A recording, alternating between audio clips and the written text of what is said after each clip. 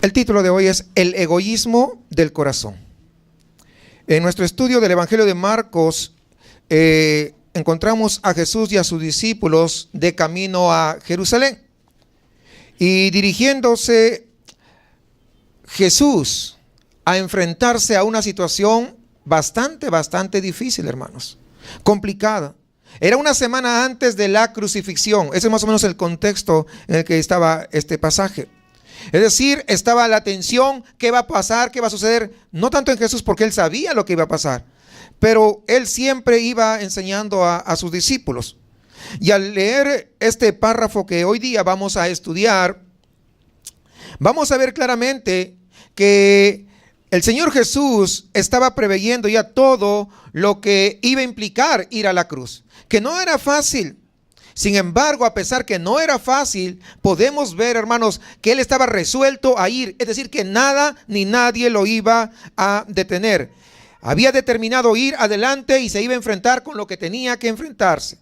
Es decir, porque él vino a cumplir una misión. ¿Cuántos entienden eso? Él vino a cumplir un propósito. Nosotros también estamos en este mundo y Dios permite que estemos en este mundo porque Dios tiene un propósito para nosotros. Pero muchas veces depende de nosotros el poder cumplir esos propósitos de parte de Dios. También veremos a los ciegos e insensatos que fueron los discípulos y cómo ellos actúan frente a una revelación tan grande que Jesús le estaba haciendo a ellos. Y vamos a ver cómo Marcos ilustra este incidente que sucede cuando Jesús sale de la ciudad de Jericó. Así que vayamos a Marcos 10:32. Iban por el camino subiendo a Jerusalén y Jesús iba adelante y ellos se asombraron y le seguían con miedo. Entonces, volviendo a tomar a los 12 aparte, les comenzó a decir las cosas que le habían de acontecer. He aquí, subimos a Jerusalén y el Hijo del Hombre será entregado a los principales sacerdotes y a los escribas y le condenarán a muerte y le entregarán a los gentiles y le escarnecerán, le azotarán y escupirán en él y le matarán, mas al tercer día resucitará. Entonces Jacobo y Juan, hijos de Zebedeo, se le acercaron diciendo: Maestro, querríamos que nos hagas lo que pidiéramos. Es como con los muchachos dicen: te voy a pedir algo, pero no me vayas a decir que no, ¿verdad? Es la intención, la impresión que da. Él les dijo: ¿qué queréis que os haga? Ellos le dijeron: concédenos que en tu gloria nos sentemos, el uno a tu derecha y el otro a la izquierda. Entonces Jesús les dijo: ¿no sabéis lo que pedís? ¿Podéis beber del vaso que yo bebo o ser bautizados con el bautismo con que yo soy bautizado? Ellos dijeron: podemos. Jesús les dijo: a la verdad, del vaso que yo bebo, beberéis, y con el bautismo con que yo soy bautizado, seréis bautizados. Pero el sentaros a mi derecha y a mi izquierda no es mío darlo, sino a aquellos para quienes está preparado. Cuando lo oyeron los 10, los otros, comenzaron a enojarse contra Jacobo y contra Juan. Mas Jesús, llamándolos, les dijo: sabéis que los que son tenidos por gobernantes de las naciones se enseñorean de ellos, y sus grandes ejercen sobre ellos potestad.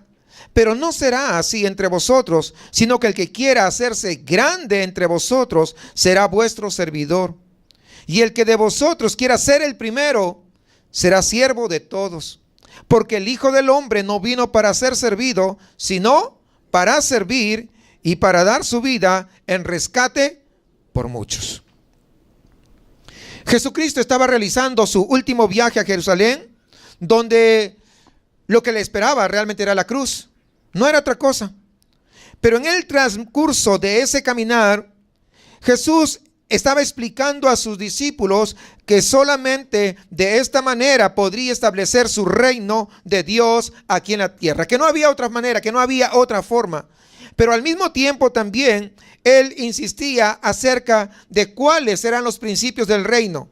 ¿Por qué? Porque nosotros muchas veces estamos con nuestra mente puesta en esta tierra y nos gusta tanto los principios de esta tierra que poco nos interesan los principios del reino. ¿A poco no? Nos gusta tanto que más nos preferimos hacer las cosas materiales, que no digo que se dejen de hacer, sino que le damos prioridad antes de darle la prioridad a las cosas del reino. Entonces aquí Cristo está poniendo en la real dimensión las cosas, para que los discípulos no se vayan con la finta de esa mente humana, porque la mente humana piensa de una forma, pero los pensamientos de Dios son superiores. ¿O no es verdad? Los pensamientos del hombre son limitados. Nuestro Dios es ilimitado. En las acciones o en las cosas que uno hace, en las decisiones que uno toma, lo toma, pero de acuerdo a su propia opinión. Pero Dios todas las cosas las hace bien. Y aún las malas, a las que le aman a Él, los torna para bien. Ese es Dios. Nosotros, nuestra sabiduría es limitada, la de Él es ilimitada. Por eso es mejor confiar en Él. Por eso antes de tomar una decisión es mejor pedirle dirección de Él. Y así no nos vamos a equivocar. Y Él dijo que muchos primeros serán postreros y los postreros serán primeros, dando a entender que su reino no se establecía según los criterios humanos que encontramos en este mundo. Por ejemplo, dijo que para entrar en el reino de Dios era necesario recibirlo como ¿qué? Como un niño. No, eso lo habíamos visto hace 2 semanas. Esto, hermanos, queda perfectamente ilustrado cuando tiene esa plática con el joven rico, que no fue capaz de depositar su confianza en Cristo y depender únicamente de Él para entrar en la vida eterna. ¿Por qué? Porque su corazón lo había puesto en las riquezas. Y así somos cuando nosotros ponemos nuestro corazón en las cosas que tenemos. Y pareciera que si nos desprendemos de ellas se nos va la vida. Pero ahí el Señor le había dado una promesa tremenda al joven rico, que no lo aprovechó por la ceguera espiritual en que estaba viviendo. Ahora en este pasaje que tenemos adelante vamos a considerar la grandeza de su reino, que tampoco se consigue como en el mundo, sino a través del servicio. Es decir, aquí en el mundo el más grande es el que gobierna a todos, el que manda y el que hace lo que quiera con los demás. ¿Esos son los jefes? ¿O no es cierto? Pero en el caso del reino de Dios es diferente. El más grande es el que sirve a más gente, el que está dispuesto a servir. Y los discípulos estaban escuchando las enseñanzas de Jesús, pero de alguna manera se resistían una vez y otra vez, y ahora nuevamente están resistiendo. Porque para ellos el establecimiento del reino se debería llevar a cabo en medio de ese poder manifiesto de Cristo y no por morir en una cruz. No, si tú eres nuestro Mesías, vamos, derrotamos allá al imperio romano, lo hacemos libre a Israel y todo el mundo te va a alabar y nosotros vamos a ser tus secretarios de Estado. Secretario de Gobernación. Yo quiero ser secretario de Gobernación, le dijo ahí. No, pues yo quiero ser secretario de todo lo que es finanzas. No sé, cada uno quería repartirse. La mente del político.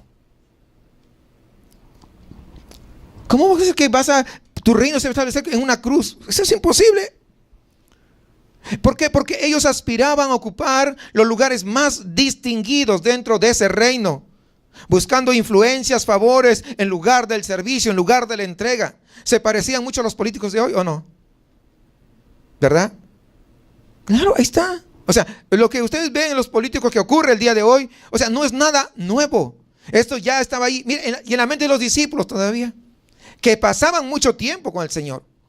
Cuando estudiamos estos pasajes, amados hermanos, debemos examinarnos constantemente a nosotros mismos, puesto que estas tentaciones no solamente pertenecen al pasado, sino que están muy arraigados en la naturaleza del hombre caído. ¿Sí? Y se manifiestan en todo tiempo y en todo lugar. De ahí que tenemos que tener cuidado. Que no importa la edad que tengamos, eso está arraigado. Por eso debemos de cuidarnos. Vamos a empezar, versículo 32. Dice, iban por el camino subiendo a Jerusalén y Jesús iba delante. Marcos acá nos está presentando la última etapa del ministerio de Jesús cuando subió por última vez a Jerusalén. Y aunque sabía exactamente qué era lo que le estaba esperando allá en Jerusalén, sin embargo, Su determinación que mostró tiene que ser un ejemplo. ¿Por qué? Porque él fue determinante a cumplir la voluntad de su Padre. No interesa el precio que iba a pagar, lo importante era que estaba determinado a hacer esa voluntad, la voluntad del Padre. Dice Lucas 9:51, cuando se cumplió el tiempo en el que había de ser recibido arriba, afirmó su rostro para ir a Jerusalén. Es decir, él determinó, yo tengo que hacerlo, no importa que se oponga, no importa que me cueste. Y aquí Marcos lo presenta como caminando delante de sus discípulos, lo que nos hace pensar varias cosas. Por ejemplo, en primer lugar, podemos ver la urgencia de la obra que Jesús tenía que realizar junto con esa angustia, con el dolor de beber aquella amarga copa de dolor, de todo lo que significaba la cruz.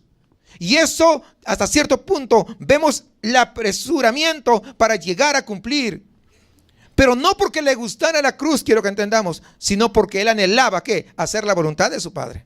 Son dos cosas muy diferentes. El hecho de que sus discípulos fueran detrás de él y que estuvieran pensando en asuntos puramente mundanos, nos muestra la tremenda soledad de Cristo frente a la cruz. Los discípulos que pasaron mucho tiempo con el Maestro, sin embargo, no estaban en la misma línea de pensamiento. Mientras Jesús les estaba diciendo qué es lo que venía a él, a los discípulos pareciera que poco le interesaba. ¿Vemos que falta de compromiso? ¿Entendemos eso? Y así somos muchas veces cuando decimos, sí, yo voy a la iglesia, pero no me quiero comprometer con nada. ¿Se dan cuenta? En la misma actitud de los discípulos. O a veces alguien pasa una situación y nosotros como si nada. La indiferencia es lo que pasaba. Pensamos que en nuestros propios intereses. Jesús es lo que estaba pasando. Imagínense qué tal soledad. Si las personas de su círculo más cercano les estaba pasando, con ellos les estaba pasando eso, ¿cómo se sentía? ¿Habían comido juntos? ¿Habían pasado situaciones difíciles juntos? ¿Habían visto todos los milagros que Jesús había hecho? ¿Habían visto cómo Jesús le había hecho a la tormenta calla y enmudece? Y la tormenta se cayó. Es decir, tanta cantidad de milagros, pero aún su corazón no había sido convertido. Por eso que es importante entender que aún los milagros, cuando se proclaman tantas cosas, los milagros no cambian los corazones de los hombres. O sea, por eso tenemos que darnos cuenta, hermanos. ¿Qué pasaba? Dice, y ellos, en el mismo versículo 32, y ellos se asombraron y le seguían con miedo. Mientras caminaba delante de ellos, los discípulos de alguna manera podían ver en su rostro esas marcas profundas de su dolor, y nuevamente dice, se asombraron y le seguían con miedo. Todo parecía como cuando uno está presagiando que algo va a venir, un peligro, algo, como te pones un poco tenso y entra cierto temor. Pero ¿saben qué? Luego vamos a ver que ninguno de ellos compartía con él sus emociones, sus sentimientos, sino que ellos estaban inmersos en sus propios planteamientos acerca del reino. Querían que su opinión sea la que resulte ganadora, si se quiere, en estos dos puntos de vista. Ellos estaban con esos sueños de grandeza, esos sueños de reconocimiento. Ellos querían que todo el mundo lo reconozca. Mira, ellos son los discípulos, ellos son los secretarios de Estado de ahí, mira, cuando él sea el rey. Ellos no estaban pensando en el sacrificio que Jesús estaba próximo a realizar. Y les comenzó a decir las cosas que le habían de acontecer. Seguimos en el versículo 32. Es decir, en algún momento del camino, el Señor volvió a tomar aparte a los 12, como siempre acostumbraba, de cada oportunidad que se le presentaba, aprovechaba para darle una enseñanza. Y una vez más vuelve a revelarle de forma aún más clara qué es lo que iba a pasar. ¿Por qué se encontraba así? Fijémonos las frases cortas que utiliza. Es como que le dice algo, luego como que toma aire y vuelve a decir otra parte. La tensión del momento, la presión que se avecinaba por lo que estaba a punto de pasar. Versículo 33. Subimos a Jerusalén y hay una coma. Y el Hijo del Hombre será entregado a los principales sacerdotes y a los escribas. Otra coma. Y le condenarán a muerte. Y le entregarán a los gentiles. Y le escarnecerán. Le azotarán. Escupirán en él. Y le matarán. Mas al tercer día resucitará. Cuando leamos la Biblia, tratemos de hacerlo de la manera como está. Vamos a llegar a un mejor entendimiento que leerlo todo de corrido. La sombra de la cruz se hacía cada vez más densa. El Señor aquí estaba manifestando esa angustia interior que sentía porque estaba anticipando la agonía del Getsemaní y el Calvario, que era su próximo destino. Como humano, recuerden, Jesús, 100% hombre, 100% Dios, pero como humano, Él sentía la presión de todo lo que estaba a punto de pasarle a su vida. No era fácil. No fue fácil como algunos que dicen de que, cuando estaba en la cruz, antes que se vaya a la cruz, su espíritu salió, o sea, no sintió nada, o sea, imagínense. Como otros piensan que es un espíritu, nomás que Jesús fue un espíritu, no fue ser humano. Qué terrible mentira. Aquí vemos la agonía, cómo se va expresando, pero al mismo tiempo podemos ver ese conocimiento preciso que Jesús tenía de todo lo que había de ocurrir. Y aquí nos revela una vez más que Él no era un mero hombre y que también la cruz no fue un fallo en su programa mesiánico, sino que vemos que aquí es un programa que previamente había sido planificado antes de la fundación del mundo. Que a Jesús no le agarró por sorpresa la cruz, que a Jesús no le agarró por sorpresa que sus discípulos pensaran egoístamente, no pensaran en la situación. Él sabía todas las cosas. A veces los seres humanos confiamos en otras personas y nos fallan. Y nos sentimos medio agüitados ahí, medio tristes. Porque nos falló nuestro mejor amigo, nuestra mejor amiga. Lógicamente, como humano, Jesús estaba triste. Pero Él sabía lo que iba a pasar. Ahora ponte a pensar cuando tú le fallas al Señor. Porque nosotros miramos muy bien a los discípulos. Mira que ellos le fallaron. Pero cuando nosotros nos portamos rebeldes, también le fallamos al Maestro. Cuando queremos imponer nuestras propias condiciones, le fallamos al Maestro. Cuando nosotros queremos que nuestra opinión sea la que resalte por encima de lo que Dios nos ha mandado, le fallamos al Maestro. Porque muchas veces cantamos, te seguiré. Y vienen los amigos, te distraen y ya no le sigues nunca más. Porque prefiero a los amigos antes que seguir al Maestro y le estamos fallando. Pero sí somos capaces de señalar, mire, esos discípulos le fallaron. ¿Y qué de nosotros? ¿Sí nos damos cuenta de eso? Ahí está. O sea, no había nada imprevisto en la muerte del Señor. Fue el resultado de su propia elección, libre, determinada y deliberada. Notemos también que esta es la tercera vez que Jesús está anticipando sus sufrimientos y su muerte. O sea, no fue la primera vez, sí es la tercera vez. Y en esta oportunidad aún fue más preciso que en las oportunidades anteriores. Por ejemplo, aquí anticipa, ¿qué cosa? Las burlas, las mofas y los azotes de sus enemigos. Y aquí dice, y le escarnecerán, le azotarán y escupirán en él. ¿Sí? Todo lo que pasó, o sea, comienza a ser una descripción más exacta. Versículo 35, fíjese, Jesús acaba de decirles lo que iba a pasar, la cruz que le esperaba, la situación que iba, tan degradante que iba a pasar. Pero miren la reacción de los discípulos, versículo 35. Entonces Jacobo y Juan, hijos de Zebedeo, se le acercaron diciendo, ¿sabes que Jesús no nos importa lo que te vaya a pasar? ¿O no fue eso? Es lo que dice, Maestro, queríamos que nos hagas lo que pidiéramos. A pesar de la claridad con que Jesús se estaba expresando con todo esto, sus discípulos seguían sin comprender lo que les estaba diciendo. Es como aquellos que un día predicamos sobre el chisme, vamos a decir. Y acá están atentos aparentemente y hasta amén dicen. pero salen apenas en la esquina y están ya chismeando. Es decir, poco les interesa la palabra. ¿Conoce usted a alguna gente así?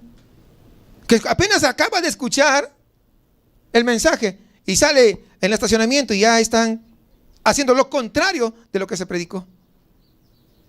¿Conoce usted? ¿O no se da acá en México? Yo en Estados Unidos he visto muchos casos y en Perú también. Que el tema que se predica justamente es muy apropiado para la situación, pero a la esquina ya están en lo mismo. Lo mismo pasa con los discípulos. Jesús les acaba de explicar qué es lo que les espera. Sin embargo, no, a ellos les interesó un cacahuate. Miren la actitud. Lucas 18:34, fíjense lo que dice. Pero ellos nada comprendieron de estas cosas, y esta palabra les era encubierta y no entendían lo que se les decía. Sus mentes, hermanos, estaban tan ocupadas en sus planes de su propia y egoísta ambición. Por eso el título es El egoísmo del corazón. Es la razón. Según el relato de Mateo, parece que también la madre de los hijos de Zebedeo tomó parte de esta iniciativa. Es decir, no solamente fueron ellos, sino que su mamá también fue a interceder. Y dicho sea de paso, los padres cristianos tendremos mucho cuidado en no buscar puestos de preeminencia para nuestros hijos en la esfera del servicio cristiano por medios inadecuados. Porque eso existe. Conozco en algunas iglesias grandes donde los amigos del pastor recomiendan que sus hijos, ellos están ya ancianos, y dicen, no, oye, mi hijo puede ser diácono, mi hijo puede ser tesorero, mi hijo puede ser esto, los mejores puestos de la iglesia, recomendados. O el pastor elige que sus hijos sean sus sucesores, piensan que es un negocio. O sea, el pastorado no es una sucesión, no es que yo nombro a mi hijo para que me suceda cuando yo estoy viejo. Esto depende de Dios, porque de Él es la obra. Pero algunos que se han apropiado de la iglesia como si fuera su propio negocio, es lo que buscan, es lo que hacen. Por supuesto, hermanos, que todos los padres deseamos lo mejor para nuestros hijos, pero como más adelante explica Jesús, debe ser manifestado por los propios hijos y demostrando con un espíritu de servicio, con un espíritu de sacrificio. En cualquier caso, quiero, hermanos, que podamos nosotros ver cómo presentan este pedido. Maestro, queremos que nos hagas lo que pidiéramos. Parecía a los niños, ¿no? Cuando se acercan allá al papá para plantearle sus peticiones. Mami, mira, te voy a pedir algo, pero no me lo niegues. Anda, di que sí. Y no dijeron nada, pero ya le están diciendo que diga que sí. ¿Sí? ¿Conocen niños así? Pues casi todos los niños son así. Igualito. Por supuesto, los padres, los que tenemos hijos, sabemos que esto se hace cuando los niños no están muy seguros verdaderamente de tener derecho a recibir lo que van a pedir. ¿Cierto o no es cierto? Entonces no están tan seguros de eso. Entonces, pero no lo vayas a negar, te voy a decir, pero me lo tienes que hacer. Entonces ya sabemos, ellos no están tan seguros de merecer eso. Igualito están los discípulos. Y Él les dijo, ¿qué queréis que os haga? Ellos le dijeron, concédenos que en tu gloria nos sentemos el uno a tu derecha y el otro a tu izquierda. ¿Qué estaban buscando? Un puesto de privilegio. Tal como su planteamiento se muestra, podemos ver que había una carga de egoísmo. O sea, Jesús les acaba de decir que va a la cruz y a ellos pareciera que no les interesaba. Ellos estaban más preocupados en su propio bienestar. Así que mientras el Señor sufría en el camino, ellos estaban soñando con aires así de grandeza. Tenían cosas que para ellos les iba a beneficiar. Ellos estaban soñando con un Mesías que tenga alcance mundial, que gobierne sobre todo el mundo. Imagínense, gobernando todo el mundo. Y ellos siendo los primeros que también iban a co-gobernar juntamente con Cristo. ¡Wow! ¡Qué tremendo! Ellos iban a ocupar los puestos más destacados. Les acaba de hablar de la cruz, pero ellos, el corazón egoísta, los lleva a hacer otro pedido. ¿Pero qué? Personal. No estaban preocupados por lo que iba a pasar con el maestro. El egoísmo del corazón. ¿Sí? He tenido la oportunidad de estar en algunas congregaciones donde muchos les interesan en que sean reconocidos y por eso anhelan los puestos más prominentes dentro de la iglesia. He visto lugares que en las juntas donde van a definirse estos cargos, se pelean. Pareciera que todos se desvistieron de cristianos y comienzan a pelear. No, que no sé qué. Es más bulla que en el mercadito. Sí, hermanos. Que el que quiere ocupar el primer lugar tiene que aprender a servir. Porque lo más importante es el servicio. Lo más importante no es el reconocimiento de los hombres, sino el reconocimiento de Dios. ¿Quién quiere que te aplauda? ¿Los hombres o quiere que te aplauda el Señor? Pues no busques puestos de privilegio, busca servir. Porque es lo que más falta en las iglesias. El servir. El servir. ¿Y qué más? Seguir sirviendo. No hay más. Para ser elegidos de antemano como los primeros, nosotros tenemos que aprender en primer lugar a servir. Ahora, a pesar de que se trataba de una ambición pecaminosa, no podemos dejar de ver también la fe de estos discípulos en Jesús, porque eso también es importante poder analizarlo. Es decir, no solamente ver una parte, sino ver todo el contexto completo. Ellos seguían creyendo en ese carpintero de Nazaret, mientras que los otros no creían. Ellos seguían creyendo en ese carpintero. Ellos seguían creyendo, mientras todos los líderes lo rechazaban, ellos seguían poniendo su fe en Cristo Jesús. Ellos seguían pensando y teniendo fe que Él se iba a sentar en su trono de gloria. Y conforme a su promesa, ellos también se iban a sentar, los 12 allí. O sea, ellos tenían claro eso. Los fariseos lo habían rechazado. Y eran los maestros de la ley los que habían rechazado a Jesús.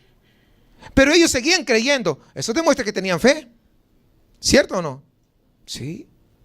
Ahora, es evidente que ellos seguían pensando eso, pero también seguían pensando en los diferentes galardones que cada uno de ellos iba a tener cuando Cristo estableciera su reino. Ahora, tenemos que recordar el pasaje que leímos en la semana anterior, donde ellos habían dejado todo por seguirle. ¿Recuerdan ustedes? Habían dejado todo, así que les parecía a ellos lógico pensar de que lo que iban a recibir era bueno a cambio de lo que habían dejado, porque Jesús les había dicho, no, el que dejara padre, madre y comienza, ¿tendrá qué cosa? ¿Qué dijo? Lo hicimos la semana pasada. Ok. ¿Se dan cuenta? Es decir, ellos estaban ya pensando. Sin embargo, el egoísmo de su corazón les impedía a ellos poder considerar que Cristo se disponía ahora a entregar su propia vida por ellos ahí en la cruz para que ellos pudieran tener la salvación. No valoraban en la real dimensión el sacrificio de la cruz. Y es lo mismo que pasa el día de hoy. Muchas veces preferimos que nos digan palabras bonitas antes que valorar el sacrificio de la cruz. Porque cuando uno entiende el sacrificio de la cruz, cuando uno comprende lo grande, lo extraordinario del sacrificio de la cruz, entonces uno vive con un corazón agradecido. Entonces uno se quiere comprometer con ese Dios que hizo todas las cosas para que nosotros pudiéramos ser salvos. Pero cuando nosotros no entendemos el real valor del sacrificio de la cruz, entonces nos preocupamos solamente yo, y tercero, sigo siendo yo. Porque nos interesa poco o le damos poco valor al sacrificio de Jesucristo. Cuando nos portamos egoístas, nos interesa poco el sacrificio de Jesús. Cuando nosotros somos tan cortos en poder realmente bendecir a nuestros hermanos, y no solamente hablo monetariamente, estoy menospreciando el valor del sacrificio de la cruz. Cuando no soy capaz de sacrificarme por mi hermano y mi hermana, estoy despreciando, no estoy valorando, porque si no, otra cosa sería. Imagínense, ¿cuánto Cristo te ha perdonado? ¿Poco o mucho? Pues en esa proporción que Dios te ha perdonado, es que tú tienes que demostrar tu amor por Él. Y la mejor forma de poder demostrarle tu amor por Él es obedeciendo su palabra. Porque de en vano podría decir, sí, Él me perdonó mucho, pero tú eres egoísta. Cuando la Biblia dice que al que más se le perdona,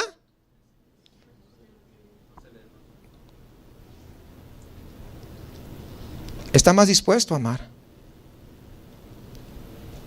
Está más dispuesto a amar. Desgraciadamente, los seres humanos somos así, centramos toda la atención sobre lo poco que hacemos y nos olvidamos de las grandes obras que Dios ha hecho a nuestro favor. Lo único que nos interesa es pensar en nuestros propios intereses e ignoramos esa obra de Dios. Buscamos con frecuencia gozar inmediatamente de las bendiciones, que nosotros nos sintamos bien, que todo esté al alcance, que podamos nosotros disfrutar de todos esos goces terrenales, que a veces no son pecados necesariamente, pero eso nos hace que desviemos nuestra mirada en lugar de poner nuestra mirada en la cruz de Cristo, en lugar de poner nuestra mirada en la gloria eterna. Estamos rápidamente dispuestos a dejar a un lado a la cruz, a dejar a un lado a las tribulaciones para pensar solamente en nosotros. Y eso es muy triste, pero es la verdad. De todas formas, si bien es cierto que la ambición que manifiestan en este momento los discípulos no se correspondía con los principios del reino, sin embargo, no por eso debemos renunciar a una ambición, pero en el buen sentido de la palabra.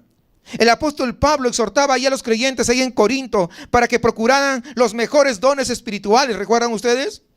Y a Timoteo le dice que si alguno anhela obispado, ¿qué cosa? Buena obra desea. Lo único que tiene que someterse ¿a qué? A lo que Dios ha estipulado en su palabra. Pero también advertía de los peligros de tener una opinión exagerada de nosotros mismos que nos lleve muchas veces a competir con nuestros hermanos de una forma insana, como vemos a los discípulos aquí más adelante. Entonces Jesús le dijo: no sabéis lo que pedís. O sea, me estás pidiendo que te sientas a la derecha y el otro a la izquierda, pero tú no sabes lo que pides. Es decir, no sabes lo que te estás metiendo. No saben ustedes en qué se están metiendo. Entonces Jesús les dijo: no sabéis lo que pedís. Ahí está. La petición de Jacobo y Juan estaban poniendo de manifiesto esa misma debilidad, esa misma miopía que muchas veces nosotros expresamos en nuestras oraciones.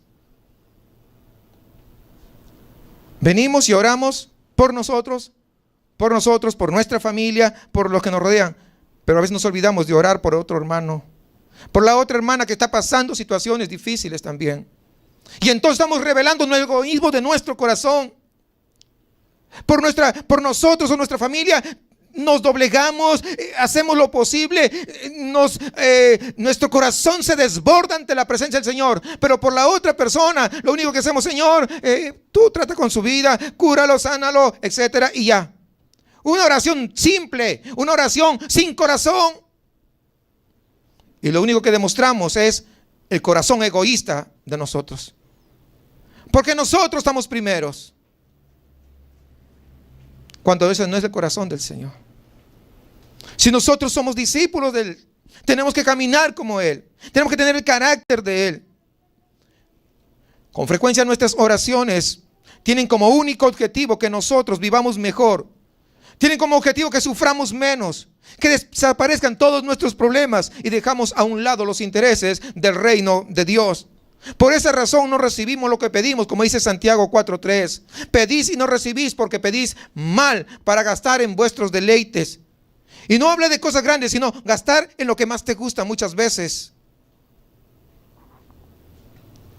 Porque si así fuera, con frecuencia eso sería nuestra propia ruina. Por eso que a veces Dios no nos responde, porque Él sabe lo que nos conviene en todo momento. Y el Espíritu Santo parece muchas veces corregir nuestras débiles oraciones, nuestras oraciones ambiciosas, nuestras oraciones a veces que no tienen ni sentido. Recordemos lo que dice Romanos 8:26: y de igual manera el Espíritu nos ayuda en nuestra debilidad. Nuestras oraciones débiles nos ayuda.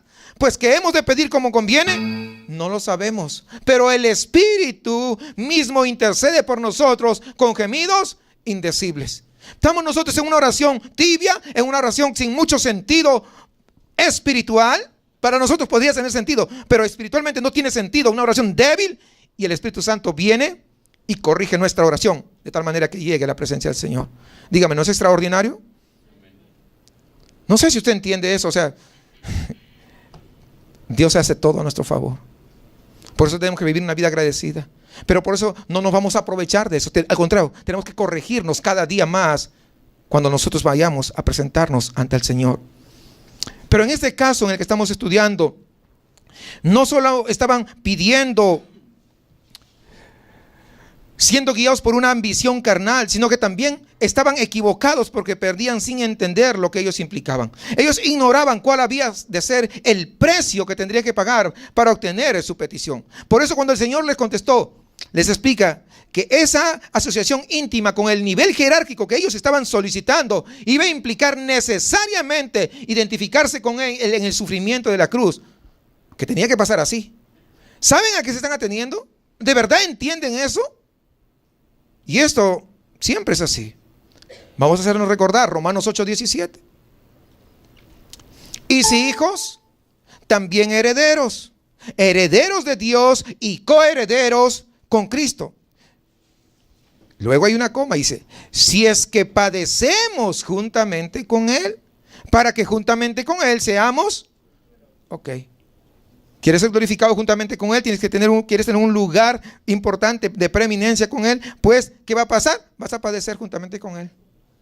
Vas a padecer situaciones, circunstancias. No todos pasamos lo mismo, ojo, pero vamos a padecer. ¿Cuántas veces nosotros deseamos las grandes bendiciones de Dios sin estar dispuestos a sufrir ni a sacrificarnos por su causa? Por eso que cuando alguien te dice, mira, Dios te va a bendecir y yo lo declaro, y no hay sacrificio de tu parte, no hay nada de ti, es una vil mentira porque no se apega a la Biblia. Pero eso demuestra una vez más ese espíritu egoísta, ese espíritu de avaricia por desear solamente todo lo bueno de Dios, pero no someterse a su palabra, tampoco querer unirse a su causa. ¿Sí entendemos eso? ¿O no, hermanos? Así que Jesús, con el fin de aclararles este punto, el Señor les habla de la copa que Él había de beber y el bautismo que Él iba a ser bautizado, en forma clara referencia a su muerte ahí en la cruz. ¿Podéis beber del vaso que yo bebo? ¿O ser bautizado con el bautismo que yo soy bautizado?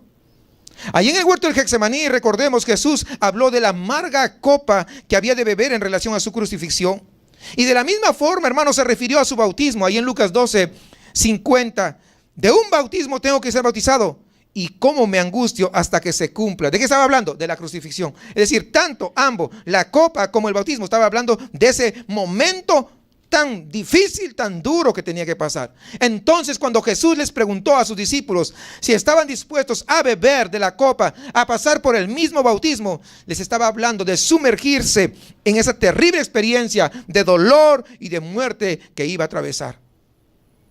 Ellos dijeron, podemos. Fíjese qué tremendo. Podemos. En primer lugar, cuando ellos dicen podemos, ¿saben qué estaban demostrando? Estaban demostrando la falsa confianza que tenían en sí mismos. Es decir, ellos dicen, no, sí, podemos. Ahí podemos ver, ahí como algo de ignorancia, mezclada con fe, mezclada con devoción. Pero ignoraban. Sí podemos. Le vamos a echar ganas y sí podemos. Estaba claro que ellos tenían demasiada confianza en sí mismos para responder de esta manera. Lo cierto fue que a futuro inmediato parecía que eso fue lo que pasó. Todos recordamos cuando Jesús fue prendido. ¿Qué pasó? Todos los discípulos, ¿qué hicieron? Se fueron, huyeron. O sea, inmediatamente no pasó lo que ellos decían, podemos. ¿Y dónde está lo que podemos? No sé si es que les echar ganas, ¿dónde estás? No estaba diciendo que ahora sí vas a seguir fiel al maestro. ¿Y dónde estás? Se parecen algunos, ¿no? Ahora sí le pongo, ahora sí le voy a echar ganas. Están una semana, un mes, 2 meses, 3 meses y luego se desaparecen. No que ahora sí. O sea, falta esa confianza falsa que tenemos muchas veces nosotros. Necesitamos depender de Él siempre. No con nuestras fuerzas, es con las fuerzas de Él. ¿Dónde había quedado la promesa de acompañarle hasta el fin? ¿Quién sabe? Ahora, pero no juzguemos tan rápidamente a los apóstoles, porque a nosotros mismos nos ocurre, como acabo de mencionar, algunas situaciones. Nosotros no somos mucho mejores que ellos. Claro que no. Aquí hay una lección aprendida. Fíjense, en cualquier caso, aunque en el momento del arresto y la crucifixión de Jesús, todos ellos desaparecieron. Sin embargo, más tarde, las palabras de Jesús se cumplieron. A la verdad del vaso que yo bebo, beberéis, y con el bautismo con que yo soy bautizado, seréis bautizados. Estaba dando una palabra profética. Claro que allí, primero ellos tuvieron que aprender ¿a qué? A desconfiar de sí mismos. ¿Para qué? Para depender del Señor. Pero finalmente ambos entregaron su vida tal como lo habían dicho. Dice ahí en Hechos 12:2 que Jacobo murió como un mártir. Herodes lo mató con una espada, es lo que narra las escrituras.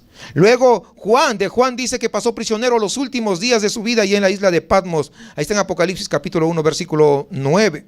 Y aunque algunos dicen que murió tranquilo, sin embargo hay algunos escritos de la tradición judía, dice que murió de forma violenta. Pero morir un anciano solo es triste también. Sin nadie alrededor, sin nadie que lo atienda, sin nadie que le ayude a suplir sus necesidades. Solo es triste. O sea, de la razón que haya sido, se cumplió lo que había sido profetizado. Así que vamos a tener que entender que somos llamados a sufrir con Cristo. Del mismo modo que ellos, todo aquel discípulo que Jesús quiera hacer real, va a también sufrir. Dice 2 Timoteo 3:12. Y también todos los que quieran vivir piadosamente en Cristo Jesús, ¿qué dice? Padecerán persecuciones.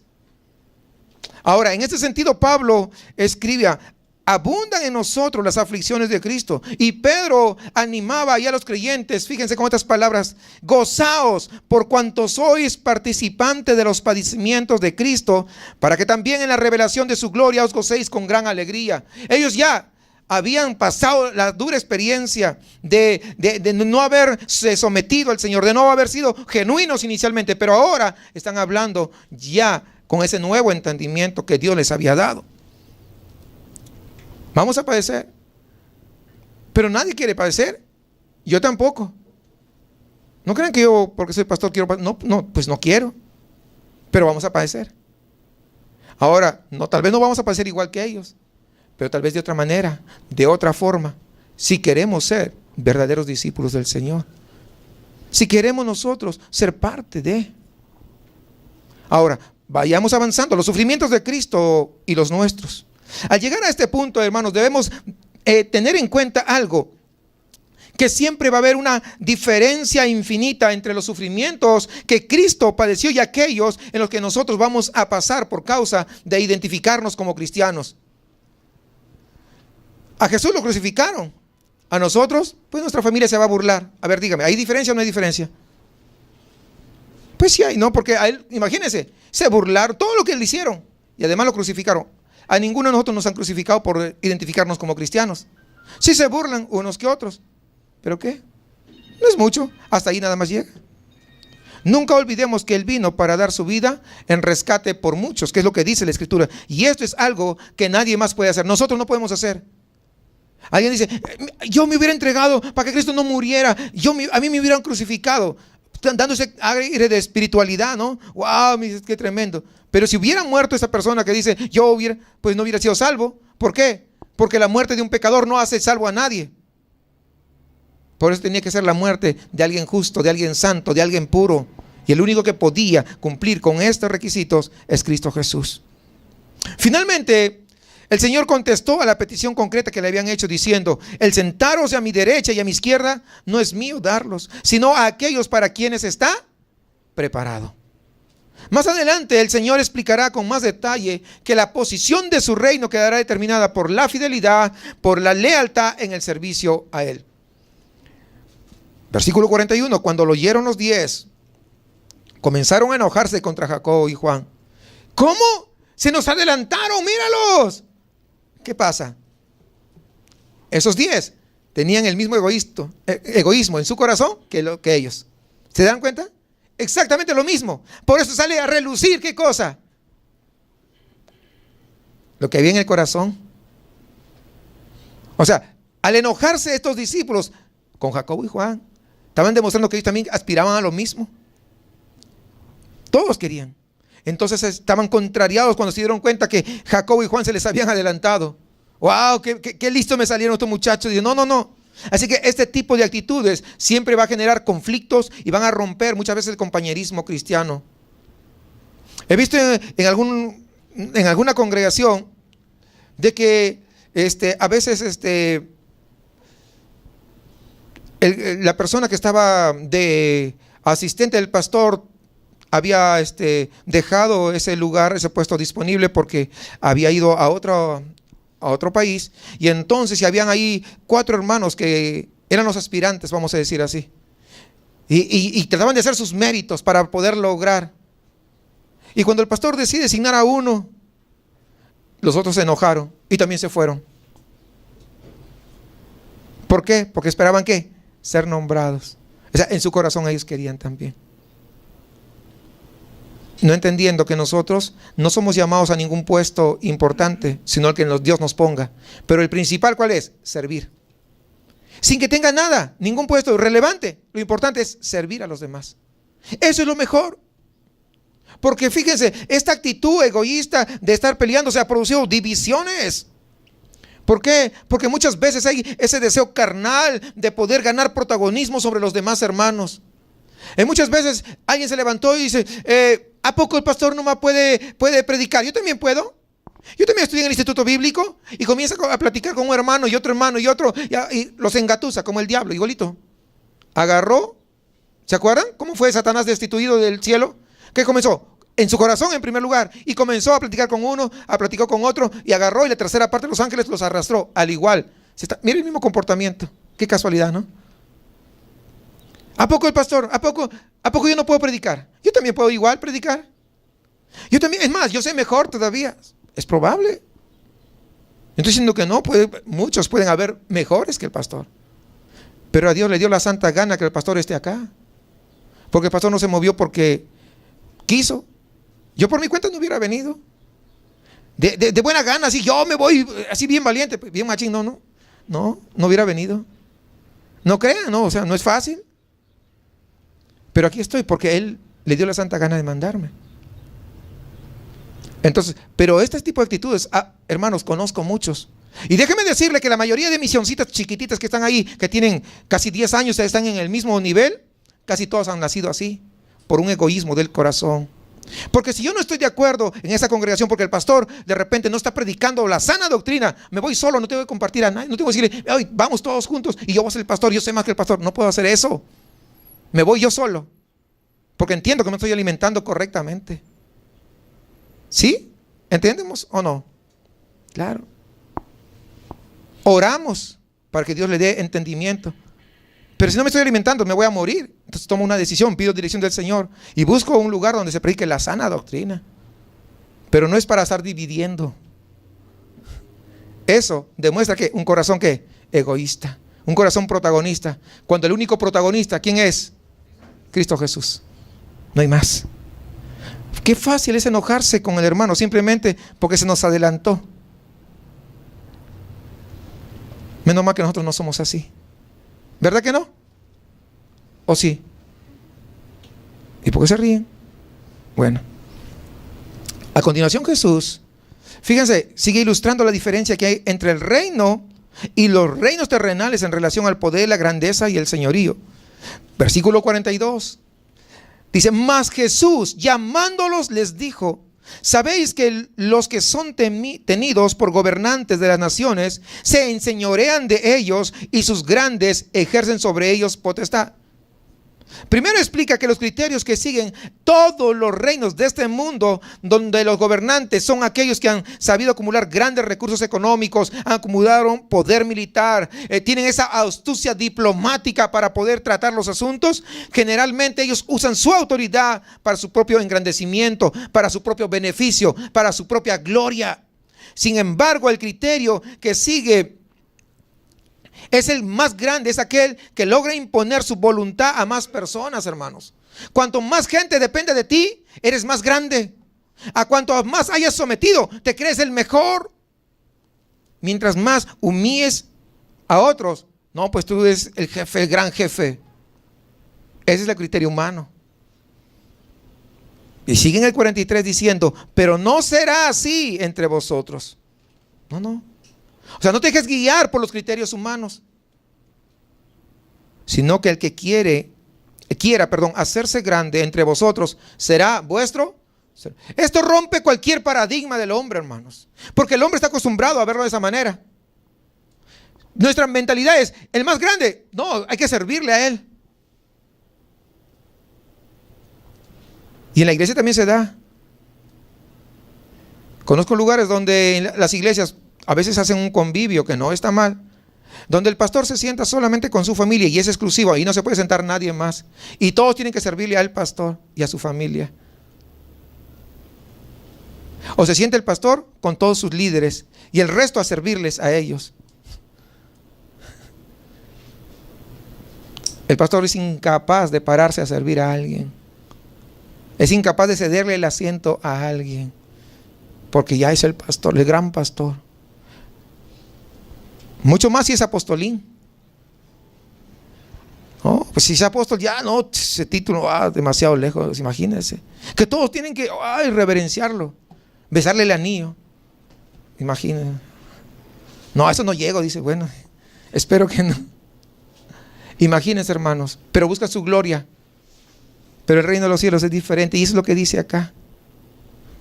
Aquí está, las reglas, las normas en el reino van a ser totalmente distintas a lo que el mundo está acostumbrado. De hecho, aquí es donde encontramos uno de los contrastes más fuertes entre sus discípulos. La grandeza no consiste en tú dominar a los demás.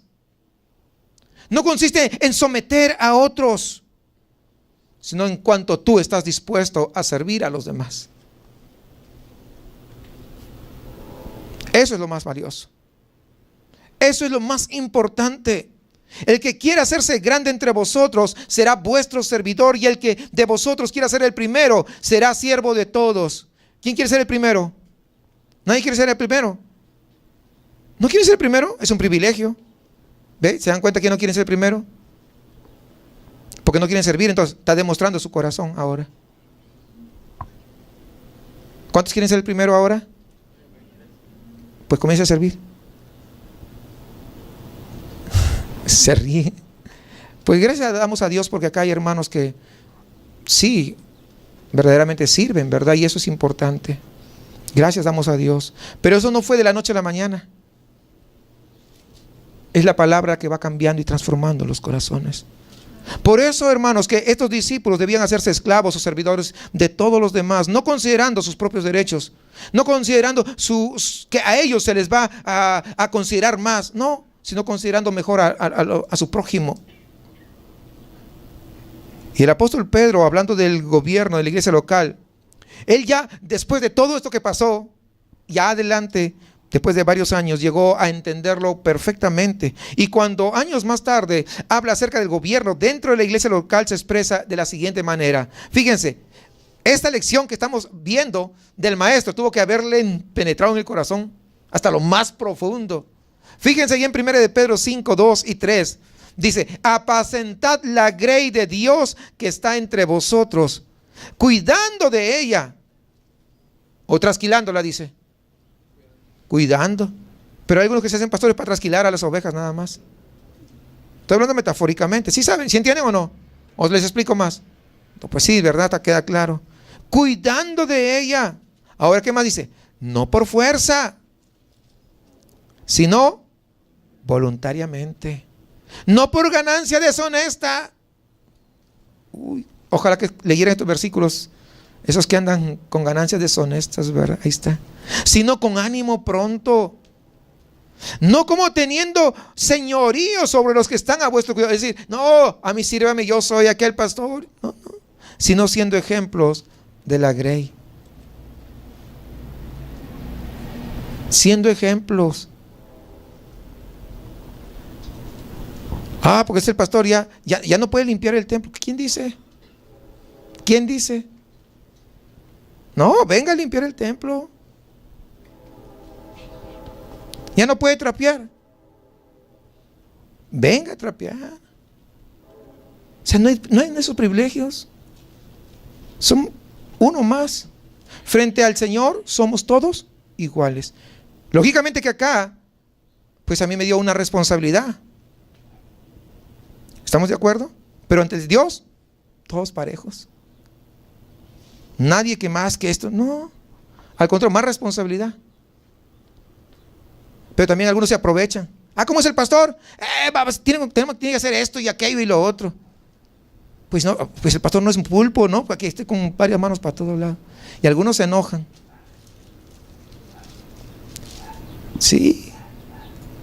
¿No cree? Si yo les contara todo lo que sé, mejor no, ahí le dejamos, ¿verdad? Pero no solamente fue Pedro, sino que Pablo tuvo que exhortar seriamente a los creyentes de Corinto porque se encontraban inmersos ahí en esas divisiones internas debido a que tenían esa tendencia de encumbrar a sus líderes de una forma completamente mundana. Como ahora, los encumbran, ya son ídolos, ¿no? Ellos no habían entendido que aquellos apóstoles, misioneros que ellos tenían, tan idolatrados, no eran sino servidores suyos. ¿Sí? Dice 1 Corintios 3, 4 y 5. Porque diciendo el uno, yo ciertamente soy de Pablo. ¿Qué estaban haciendo? Idolatrándolo. Y el otro, yo soy de Apolo. También idolatrando. ¿No sois carnales? Yo no, es que si el pastor no predica el domingo, mejor no voy. Pues imagínense. Están idolatrando. Idólatras, igual que el pastor Chuy Olivares, le voy a decir.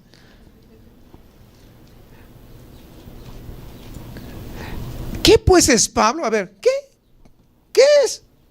¿Qué es el pastor? ¿Y qué es Apolos? Pues dice, servidores por medio de los cuales habéis creído. Y eso, según lo que a cada uno concedió el Señor. O sea, ni siquiera fue ¿por qué? Por el Señor. Desgraciadamente, muchos de los que se dicen seguidores de Cristo han olvidado por completo estos principios y constantemente están manifestando esta tendencia del hombre caído, de exaltar a sus líderes, llegando a considerar algo que realmente,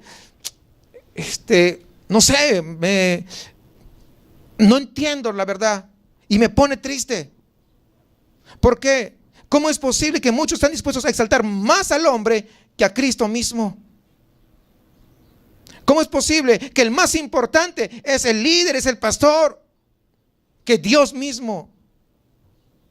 ¿Y cómo es posible que no lean la Biblia? Lo claro que está aquí, que los pastores somos para servir a la iglesia, somos para cuidar el rebaño, porque un día estaremos ante la presencia del Señor. Y vamos a presentar a la iglesia a ustedes. ¿Cuál es la responsabilidad del pastor? ¿Con qué cara le vamos a presentar al Señor? Y decir, Señor, esta es la iglesia que me diste. La cuidé muy bien. Lo alimenté con pastos frescos de acuerdo a tu presencia, a tu Espíritu Santo. Si lo único que me interesó fue sacarles el dinero. Si lo único que me interesó es manipularlos y emocionalmente hacerles sentir cosas que ni son bíblicas. Lo único que estuve haciendo es un show de entretenimiento espiritual, si se quiere, pero entretenimiento. Y nada de eso te va a llevar a la vida eterna. ¿De qué sirve que no te predique la verdad y que tú hagas lo que se te da la gana y yo sepa y no diga las cosas como son? ¿De qué sirve que yo te esté apapachando si yo le voy a tener que dar cuentas a él? Por eso que cuando tú escuchas la palabra de Dios y entiendes que la palabra te está hablando, no es que yo me estoy fijando en tu situación o circunstancia porque desconozco muchas veces. Pero quiero que sepas que lo que yo te digo lo hago con el amor más grande y profundo que puedo tener por una persona, porque eres hijo e hija de Dios. Y lo que anhelo en mi corazón es que un día tú estés a la presencia también del Señor y que puedas ser parte de la iglesia gloriosa por la que Cristo entregó su vida ahí en la cruz. Que no vivas con un corazón egoísta, contaminándote con tanta porquería que hay afuera. Aún escuchando, y les he dicho muchas veces qué cosas no deben escuchar, porque el único canal que se dice cristiano es la peor basura que hay de programación ahí. Si prendes ese canal, lo único que hace es para pedirte dinero, toda la programación. Y dicen que Dios le dijo. Pero también darán cuentas a Dios en el día final.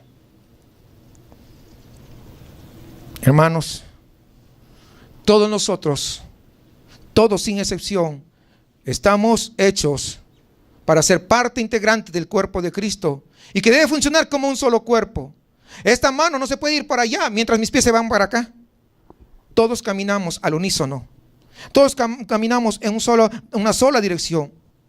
Y este sentido, cada miembro ha sido colocado en el cuerpo para complementar al resto en dependencia los unos de los otros, no para competir. Mi mano no se va más adelante que la otra mano.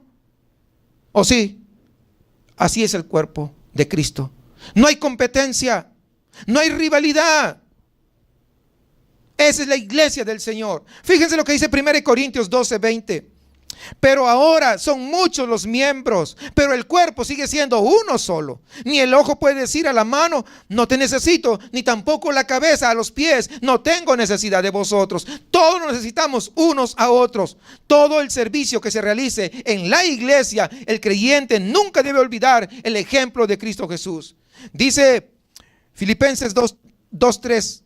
No hagáis por contienda o por vanagloria, antes bien con humildad. A veces alguien hace cosas y dice, yo hice esto, yo hice aquello, yo hice el otro. Si vas a estar subiéndote tú, ¿verdad? Tu ego más de lo que ya lo tienes, no hagas nada.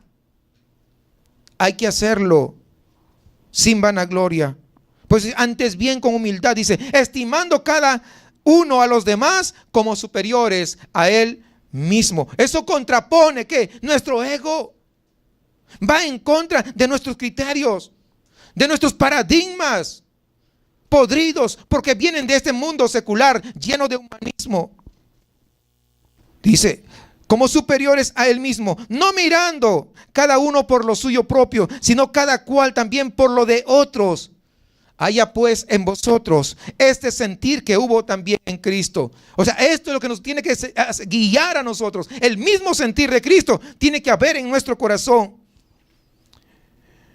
El cual, siendo en forma de Dios, no estimó el ser igual a Dios como cosa a que aferrarse, sino que se despojó a sí mismo. Y es lo que tienes que hacerte, despojarte, tomando forma de siervo, hecho semejante a los hombres, y estando en la condición de hombre, se humilló a sí mismo, haciéndose obediente hasta la muerte y muerte de cruz. Ese es el ejemplo. Ahí es que tenemos que seguir. Es lo que tenemos que hacer. Tenemos que desear lo que el Señor deseó.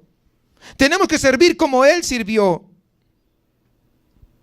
En el área que Dios nos ponga, siempre tenemos que estar dispuestos a servir. El egoísmo del corazón siempre fluye cuando no ha muerto. Por eso que el apóstol Pablo decía, ya no vivo yo, mas Cristo vive en mí. Es decir, ya no me manejo yo con mis propios criterios, con mis opiniones. Ahora Cristo es el que me maneja. Pero tenemos que morir. Porque cuando morimos a esto, y de repente algunos que nos visitan, morir es negarse a esos deseos que tenemos como hombres naturales, como personas naturales, para que sea Dios quien nos pueda guiar a nosotros. Sin duda, hermanos, uno de los mayores problemas del ser humano es siempre querer que otros lo sirvan, menos el servir. En los Estados Unidos hay una historia que se narra y nos ayuda un poco a comprender esto. Dice que durante la guerra de la independencia ahí en los Estados Unidos, ciertos soldados estaban procurando alzar ahí un tronco bastante pesado para poner una empalizada, para levantar defensas. Y en eso se acerca un hombre así de aspecto muy distinguido, y al ver que había un oficial que le estaba mandando, pero los soldados casi no podían entre todos, y él no hacía nada, estaba a un costado. Le preguntó, oficial, ¿por qué no les ayuda? Y este oficial ya saben cómo es el hombre, ¿no? Estaba como indignado, se sentía demasiado importante como para poder servir, como para poder ayudar, porque los otros eran soldaditos apenas, y él tenía un cargo. Es que no se da cuenta que yo soy coronel, le dijo. Miren, ¿no se da cuenta de lo que yo soy, el apostolín? ¿No se da cuenta que yo soy el reverendo? Reverendo ignorante. Sí, cuando a veces vienen a predicar, no acá, ¿verdad? Cuando a veces algunos pasan a predicar, los invitan a predicar, vienen, lo primero que hacen todo su currículum, media hora de currículum y 5 minutos de palabra. Su ego, ¿ven el ego?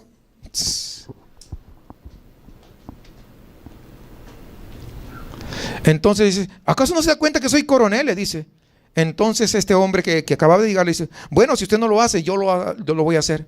Así que se fue y este hombre ayudó a los soldados y pudieron levantar todo ese tronco bien pesado para poder hacer esa defensa.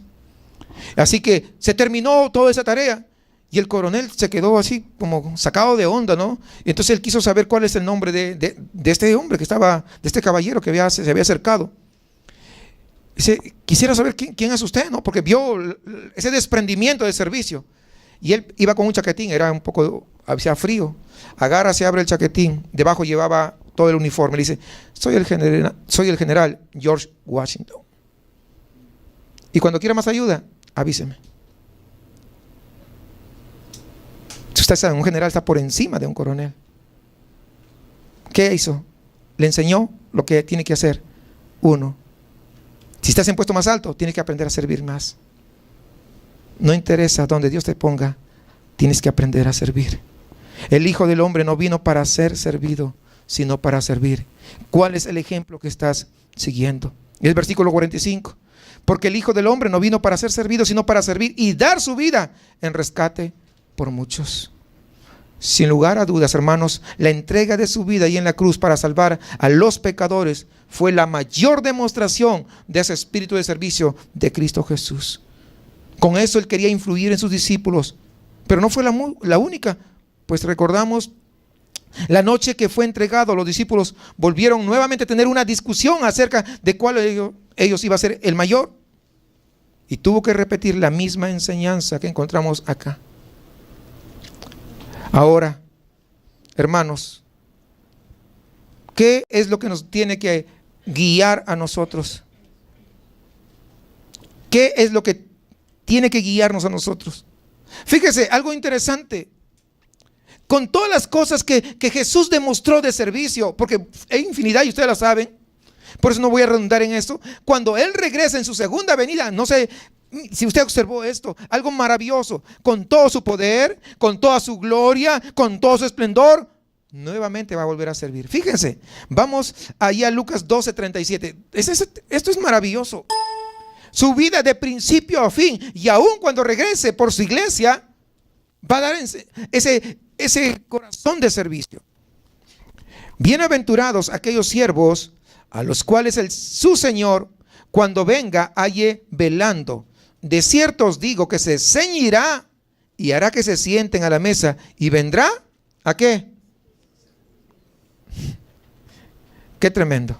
Estamos hablando de Cristo, no de cualquier cosa, de Cristo. Todo esto nos tendría a nosotros que llevar a inclinar nuestro corazón a servir y entregarnos a otros en lugar de estar buscando los aplausos, en lugar de estar buscando el prestigio, en lugar de estar buscando la fama. El orgullo mata el servicio, mientras que la humildad lo engrandece. Recordemos las palabras de Jesús, porque cualquiera que se enaltece será humillado, y el que se humilla será enaltecido. Hermanos, qué gran ejemplo, qué gran ejemplo. Nos hace ver la gran diferencia entre el corazón egoísta y el corazón de servicio. No podemos juzgar a esos apóstoles por lo que hicieron, sino que nos sirva de lección para poder examinarnos a nosotros mismos cuál es nuestra actitud. ¿Es el mismo egoísmo que demostraron los discípulos o es un corazón cambiado y transformado por nuestro Señor? Hay algo importante que tenemos que recordar. En Colosenses 1:13 dice, el cual nos ha librado de la potestad de las tinieblas y trasladado al reino de su amado Hijo, en quien tenemos redención por su sangre y el perdón de los pecados. Significa que Él, en su gracia inmerecida hacia nuestras vidas, cuando nos perdona, somos trasladados, pero no solamente hace eso, sino que además es capaz, con su Espíritu Santo, de obrar en nuestras vidas, de obrar en nuestros corazones, de tal forma que el egoísmo pueda ser cambiado que el egoísmo pueda ser sacado, que el egoísmo pueda ser eliminado y aniquilado, y podamos decir: hoy tengo un nuevo corazón.